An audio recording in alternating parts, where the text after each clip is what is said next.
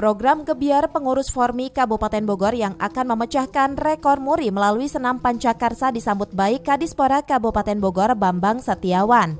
Menurutnya ini adalah langkah spektakuler dalam penyambutan World Cup 2021. Bahkan ini juga merupakan wacana Dispora yang bakal ambil bagian untuk memeriahkan event sepak bola bergengsi tersebut di tahun 2021. Saat ini Formi sendiri terus mempersiapkan para instruktur senamnya melalui BIMTEK. Nantinya para pelatih senam yang telah mengikuti BIMTEK bisa kembali mengaplikasikan kepada para peserta lainnya.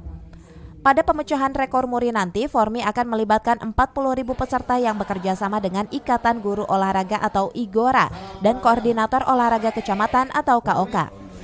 Ini biar ada gregetnya, biar bisa ada prestasinya. Kita dorong ke situ juga. Dan juga olahraga pendidikan baik. Dan Formi di olahraga rekreasi ini kan belum lama dia itu. Ya udah bagus ya. Ini larinya cepat Formi karena memang semangatnya dari semangat kompakan kebersamaan. Dari Cisarua, Kabupaten Bogor, Cevi Alfi Adrian melaporkan.